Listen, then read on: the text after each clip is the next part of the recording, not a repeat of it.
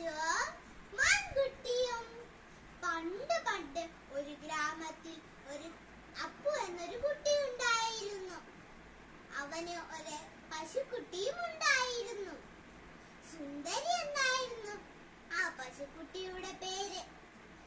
എന്നും രാവിലെ അപ്പു സുന്ദരിയെയും കൂട്ടി പുല്ല് മേയ്ക്കാൻ പോകുമായിരുന്നു. ഒരു ദിവസം പുല്ല് മേയ്ക്കുന്നതിനിടയിൽ സുന്ദരി ഒരു മാൻകുട്ടിയെ കണ്ടു. പല പ്രാവശ്യം കണ്ടപ്പോൾ അവർ ചങ്ങാതിമാരായി മാറി.